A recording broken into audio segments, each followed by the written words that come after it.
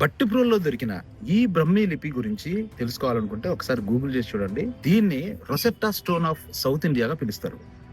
అలా ఎందుకు పిలుస్తారో, దీని యొక్క ప్రాముఖ్యత ఏంటో తెలుసుకోవాలనుకుంటే ఒకసారి గూగుల్ చేయండి, తెలిసిపోతుంది.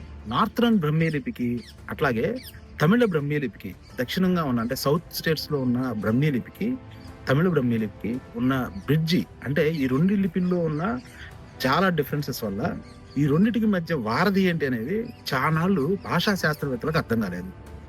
ఎప్పుడైతే ఈ బట్టిప్రోల్లో దొరికిన ఈ రొసెట్టా స్టోన్ ఆఫ్ సౌత్ ఇండియాగా పిలిచే లిపి ఉందో, అది దొరికిన తర్వాతే మొత్తంగా ఈ రెండిటి యొక్క వీటి మధ్య వారధి ఏంటనేది బయటపడింది. అదే సమయంలో తమిళ భాషకి తెలుగు భాష ఆవిర్భావం ఎలా జరిగిందనేది కూడా భాషా శాస్త్రవేత్తలు గమనించగలిగారు, తెలుసుకోగలిగారు.